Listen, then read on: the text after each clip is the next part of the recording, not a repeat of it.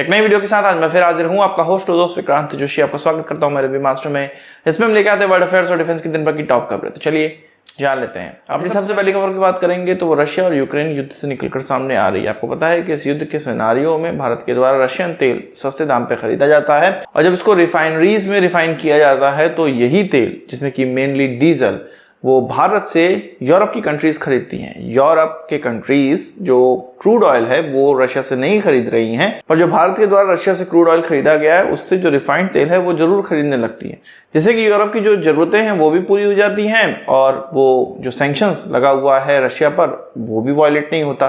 पर ये देखा गया था और ये कई देशों के द्वारा देखा ही जा रहा है, पर इसको सब आंख नीचे रहते हैं कि भारत से तो खरीद ही ले रहे, रशियन तेल तो तब भी बिक रहा है। अब ईयू के द्वारा ये कहा गया है कि जितने भी यूरोपीय देश हैं वो भारतीय तेल न खरीदें, रिफाइंड तेल न खरीदें जो रशियन क्रूड ऑयल से बना हुआ तेल होगा, चाहे उससे निकला हुआ तेल होगा। इसका मतलब ये है कि जो रशियन तेल हम बहुत धड़ल्ले से खरीद रहे हैं उसका जो अब बिक्री है वो कम होने की संभावना है। यहाँ पर दो तीन चीजें हो सकती हैं। हो सकता है कि भारत वो तेल इस्तेमाल करे जो एक्सपोर्ट करने के लिए, जो कि रशिया से नहीं खरीदा गया होगा। एक सिंपल रास्ता ये है। और दूसरा ये कि ईयू की बात ही ना माने और लोग अपने देश की तरक्की पर ध्यान दें, अपनी जो रिक्वायरमेंट है उसको ध्यान दें और भारत से तेल खरीदते रहें। पर ये जो भारत के विरोध में ईयू निकल कर आया है, जो एक बहाना ढूंढ के भारत को प्रताड़ित करने का या भारत के विरोध में ये चीज निकल कर आई है, ये एक तरह से दर्शाता है कि भारत, तुम रशिया के खिलाफ वोट नहीं कर रहे हो, इसलिए हम इस प्रकार की चीजें कर रहे हैं। आपको क्या लगता है ईयू ने इस तरह की चीजें क्यों करी या यूरोपियन देशों को इस तरह करने के लिए क्यों कह रहा है? कमेंट बॉक्स में जरूर बताइएगा। अब बात कर लेते हैं इंडियन मल्टी रोल हेलीकॉप्टर्स की, जो कि एचएएल के द्वारा बनाए जाएंगे और 13 टन कैटेगरी के ये होने वाले हैं। अभी जो हमारे पास हेलीकॉप्टर है वो लगभग 4-5 टन कैटेगरी के हैं, पर ये जो होगा वो मीडियम वेट का हेलीकॉप्टर होगा और इसके लिए इंजन की आवश्यकता है, जिसके लिए एचएएल ने सैफरन के साथ हाथ मिलाया हुआ था। इससे पहले भी इंजन के लिए, हेलीकॉप्टर के इंजन के लिए एचएएल और सैफरन का कॉर्पोरेशन चलता है। जैसे कि शक्ति इंजन निकल कर आया था और जो हमारे advance light helicopter, light combat helicopter या अन्य हेलीकॉप्टर जो भी एचएएल के द्वारा बनाया जाता है, इसी शक्ति इंजन के द्वारा उनको पावर दी जा रही है। 2022 में एक ऑपरेशन हुआ, एक एमओयू हुआ, जिसमें कि ये कहा गया कि मल्टी रोल हेलीकॉप्टर के लिए भी या 13 टन कैटेगरी वाले हेलीकॉप्टर के लिए भी इंजन अब डेवलप किया जाएगा। सैफरन और एचएएल मिलकर करेंगे। अभी तक इस पर काम नहीं हुआ था, ये बात हो रही थी कि करेंगे, पर अब ये कहा जा रहा है कि भारत के प्रधानमंत्री की जो फ्रांस यात्रा होने वाली है, जो कि कहा जा रहा है कि लगभग जुलाई या जून में होगी, उससे पहले ही इन चीजों पर काम कर लिया जाएगा और उनकी विजिट में इस चीज को आगे बढ़ाया जा सकता है या इस कॉपरेशन को स्टार्ट किया जा सकता है। असल में इस कॉपरेशन के बाद या इस एमओयू के बाद 4 साल के अंदर ये इंडियन मल्टी रोल हेलीकॉप्टर बन जाने चाहिए या बनने का संभावना रखी गई है, इसका प्रोडक्शन होने की संभावना रखी गई है। इसी तरह से डेक बेस्ड एक हेलीकॉप्टर की भी परिकल्पना करी गई है जो इसी का वेरिएंट होने वाला है, तो उस पर भी काम स्टार्ट किया जाएगा। तो मेनली उस इंजन पर काम स्टार्ट किया जाएगा जो कि इनको पावर देगा। तो वो हमारे प्रधानमंत्री की फ्रांस यात्रा से पहले होने की संभावना है। हमारे प्रधानमंत्री की जो अमेरिकन यात्रा होने वाली है, अमेरिका की यात्रा होने वाली है, उससे भी पहले एक डील हो सकती है या उसकी अनुमति मिल सकती है। जो डील थी इंजन्स की, जीई के F414 की, जो कि अभी लटकी हुई है। जीई से ये पूछा गया था कि भारत को कितने इंजन बेचने हैं ये बताओ और इंटेलेक्चुअल प्रॉपर्टी कैसे बचाओगे ये बताओ। दोनों का ही जवाब जीई के पास नहीं था। भारत का क्लियर नहीं है कितने तेजस MK2 हम खरीदेंगे या उनके लिए कितने इंजन हम खरीदेंगे, कितने जीई भारत के अंदर इंजन बनाएगा।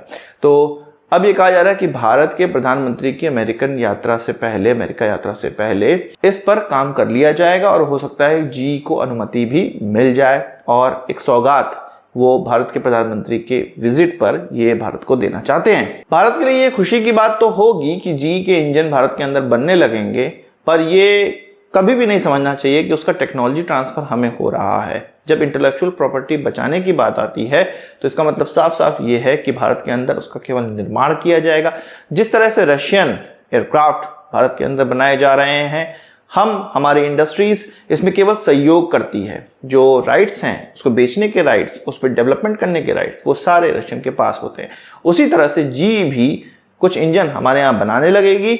हाँ, इससे हमारी लोकल इंडस्ट्रीज को रोजगार मिलेगा, हमारे लोगों को रोजगार मिलेगा, पर इसकी कभी भी इंटेलेक्चुअल प्रॉपर्टी हमारी नहीं रहेगी, इस पर अधिकार हमारा नहीं रहेगा। केवल जिस तरह से बाहरी कंपनी भारत के अंदर निर्माण कर रही हैं वो भी भारत के अंदर निर्माण करेगी।